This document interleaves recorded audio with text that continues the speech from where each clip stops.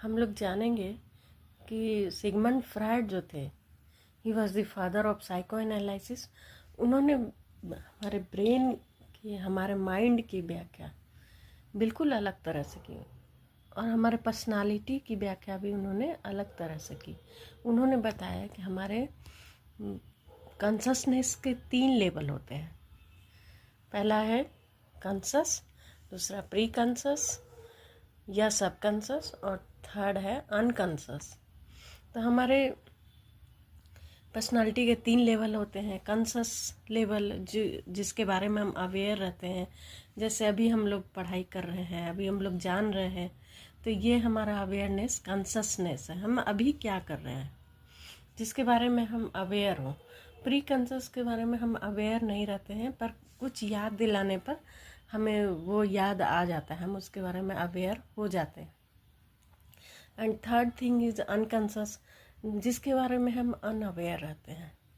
मतलब कुछ ऐसी हमारी इच्छाएं जो दमित होकर के हमारे अंदर चली जाती है, रिप्रेस्ड आइडियाज, ये सब चीज़ जो जिसके बारे में हम अवेयर नहीं रहते हैं, अनअवेयर रहते हैं, वो अनकॉन्शस है। इसकी तुलना उन्होंने आइसबर्ग से की। आइसबर्ग को तो आप लोगों ने देखा ही होगा। तो आइसबर्ग क्या होता है? बर्फ़ का एक टुकड़ा होता है जो पानी के बाहर जितना दिखाई पड़ता है उससे दुगुना पानी के अंदर रहता है। तो पानी के बाहर जो भाग दिखता है उसको हम लोग कॉन्शस कहते हैं। मतलब वो अवेयर, हम लोग जिस घटना के बारे में, जिस चीज़ के बारे में अवेयर रहते हैं वो कॉन्शस है। और आइसबर्ग के थोड़ा नीचे वाला भाग जो हमें थोड़ा सा दिखाई पड़ता है वो है हमारा अनकॉन्शस, वो है हमारा सबकॉन्शस, वो है हमारा सबकॉन्शस। और पानी के नीचे जो भाग रहता है जिसको कि हम लोग देख नहीं पाते हैं, वो सबसे बड़ा पार्ट होता है, और वो होता है अनकॉन्शस,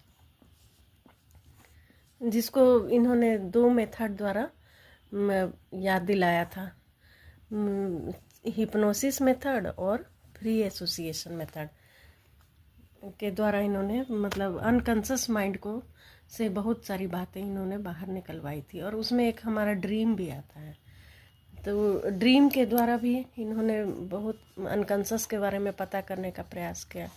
तो ड्रीम क्या है? Dream is the royal road to unconscious.